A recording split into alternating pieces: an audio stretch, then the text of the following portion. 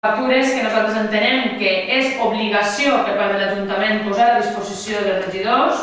i que no comptava, com us dic, en l'expedient. I per tant, el nostre regidor, membre de la comissió, va fer una compareixença davant de la Secretaria General per a que demostrara al secretari general, i així ho va fer, signant-ho amb la seva signatura el propi secretari, dient que la documentació sol·licitada no obre l'expedient de la convocatòria perquè no ha sigut facilitada a la secretaria de la comissió per part del departament corresponent, cosa que ve a demostrar que no són sols paraules dels membres de Compromís, sinó que el mateix secretari general de l'Ajuntament, en aquesta signatura donant fe en aquesta compareixença, diu que certerament aquesta documentació no està present en l'expedient.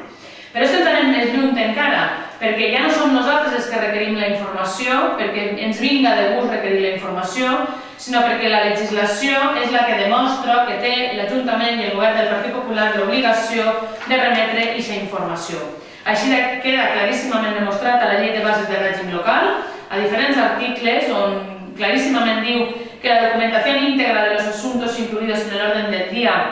que debe de servir de base al debate y en su caso votación, deberá figurar a disposición de los concejales desde el mismo día de la convocatoria, cosa que es va incomplir i que així va testificar el secretari, però és que a banda d'això, el Reglament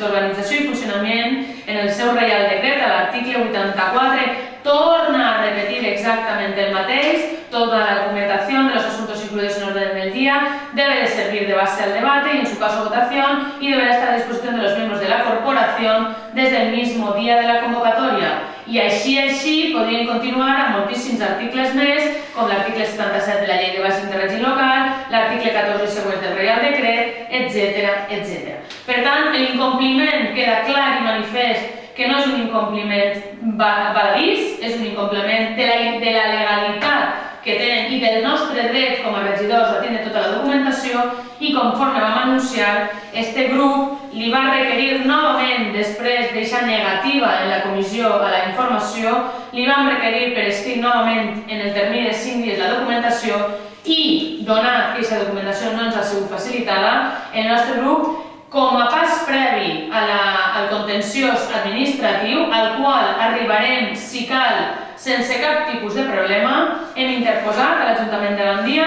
un recurs de reposició que es diu, pel qual el nostre grup li demana a l'Ajuntament, en base a tot el que vos he exposat legalment, que declare nul l'esmentat acord del dia 23 i que es torni a plantejar a consideració del plenari la revisió del pla d'ajust previ compliment de les normes de procediment que claríssimament li marquen al Partit Popular que ens ha de facilitar la totalitat de la documentació que va ser debatuda i aprovada i per a la qual nosaltres com a grup ens hem de posicionar. Per tant, en resum,